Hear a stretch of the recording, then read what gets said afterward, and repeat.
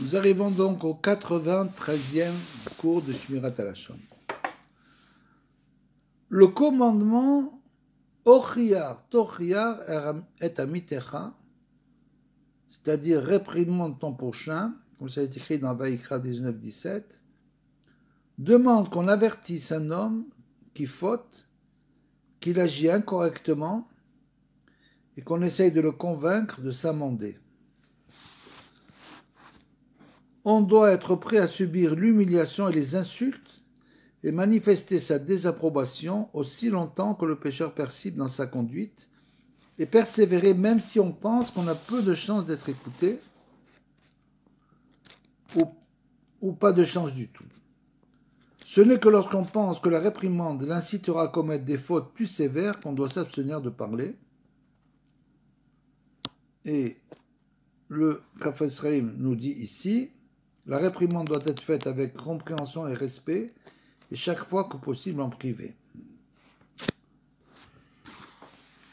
Alors, bien sûr, ça c'est une grande chose, la réprimande. Rabbeinu nous en parle beaucoup aussi. Il nous dit que bien sûr, cette réprimande doit être faite complètement avec amour, que si l'autre sent qu'il y a une pointe ou d'orgueil, ou de vengeance, etc., alors à ce moment, bien sûr, il faut s'abstenir de réprimander. C'est pour ça que Rabbi Akiba dit dans la Gemara qu'il ne croit pas qu'il y ait une personne au monde qui soit apte à réprimander aujourd'hui, à son époque, les tzadikim. Donc, c'est très difficile de réprimander, que ce soit au niveau individuel ou collectif, et pour arriver au résultat souhaité. C'est-à-dire, comme nous dit Rabbeinu, souvent, au lieu de réveiller une bonne odeur, ça réveille une mauvaise odeur chez la personne. Parce qu'elle est faite sans compréhension véritable du problème.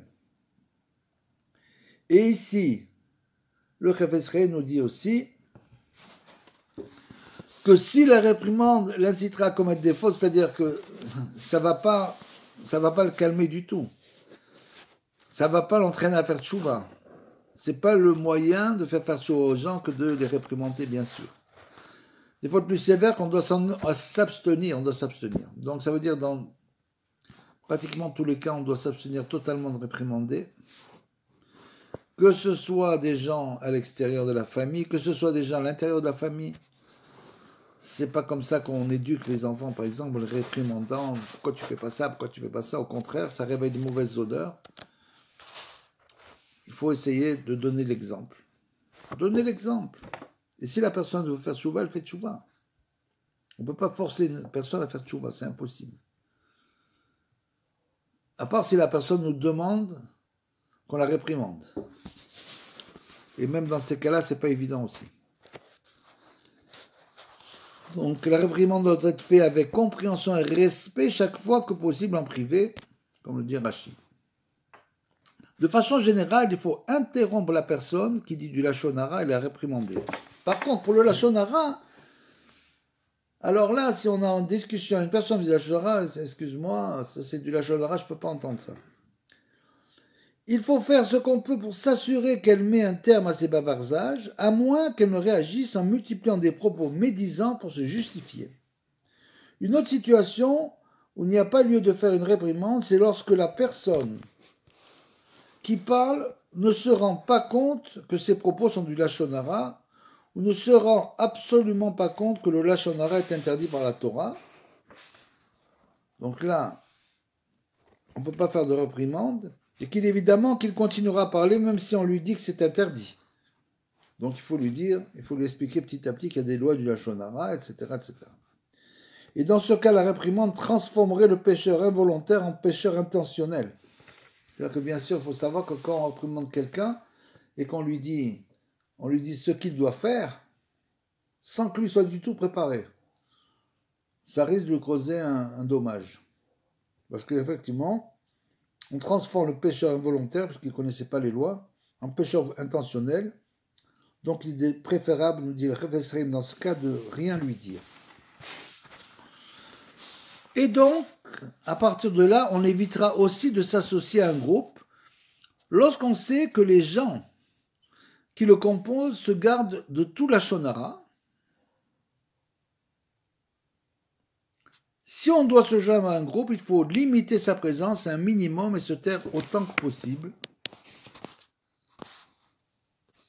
Puisque bien sûr, un seul pécheur peut corrompre une assemblée de gens honnêtes et obliger à fuir leur compagnie à tous.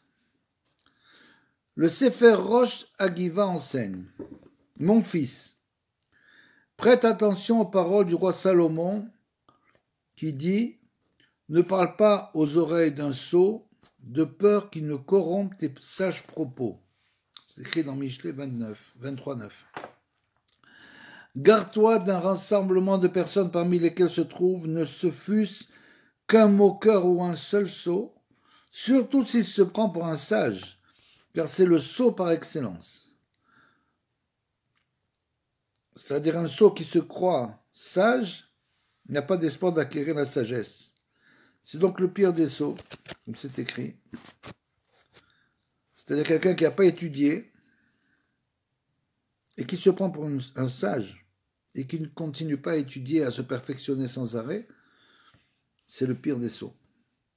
Sois fort pour garder le silence dans de telles assemblées, ne discute de rien, car même si tu exprimes toutes sortes de sages paroles, ils, donc les railleurs et les sots, te vaincront et te couvriront de honte, comme il est dit, vienne l'iniquité, le déshonneur suit.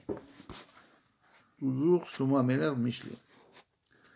Dans ce genre d'assemblée, si tu veux parler avec un homme semblable à toi, veille à ce que tes propos n'arrivent pas à leurs oreilles, donc des railleurs et des sots.